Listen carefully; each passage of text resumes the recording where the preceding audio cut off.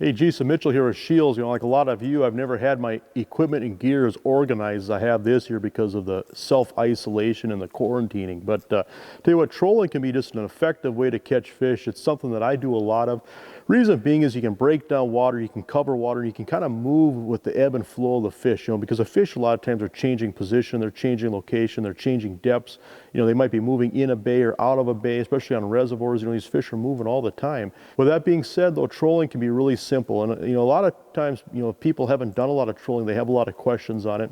And basically, whether you're going 1.5 miles or 2.5 miles an hour, if you're just running just straight fire line, you know, the crankbaits are going to have the same dive curve. It's just how much feet of line you let out. So having a line counter reel is paramount for trolling, because the whole key with trolling is that you're going to have multiple rods out the back of your boat, and if one rod is firing, you need to be able to match that. You need to be able to be consistent and recreate that magic. And so the worst thing you want is just one rod catching fish. You want to make it where all 4 rods are catching fish, and that's where a line counter helps you, because you can really fine tune everything.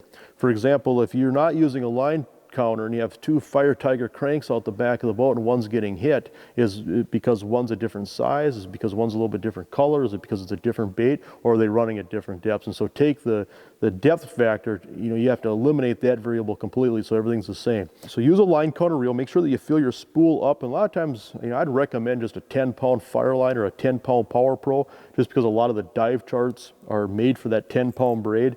And just an 8.5 foot medium action rod. It doesn't take much. Again, most of the time the rod's going to be in the rod holder. You just need a rod that's going to bend over and cushion a head strike where you just crank that fish in behind the boat. Sometimes people have a tendency to think that crankbait trolling can be boring because you're not holding onto the rod or necessarily working the rod like say a jig or a live bait rig. But I tell you what, if you're running the boat and if you're switching lures and changing lures and keeping those lures clean, you're actually pretty busy. Okay, you have to hustle when you're trolling crankbaits if you're going to do it good. And the other thing is that it's it's the match game, in the sense that you're trying to figure out all these different variables and then unlock the code where you start catching fish. And once you start catching fish, especially if you start catching big fish, you know, that's as rewarding and as satisfying as anything. But it's a very simple program. Don't be intimidated by it. Worst case scenario, if you don't have a line counter and if you don't have the apps on your phone or the books that show you the trolling depth, you just let out line until you start pounding the bottom and start reeling up line until you're just making sporadic bottom contact. I mean, that's how we did it before we had all this equipment. But don't be intimidated by it. It's a very effective, simple, efficient way to cover a lot of water fast and catch some really nice fish.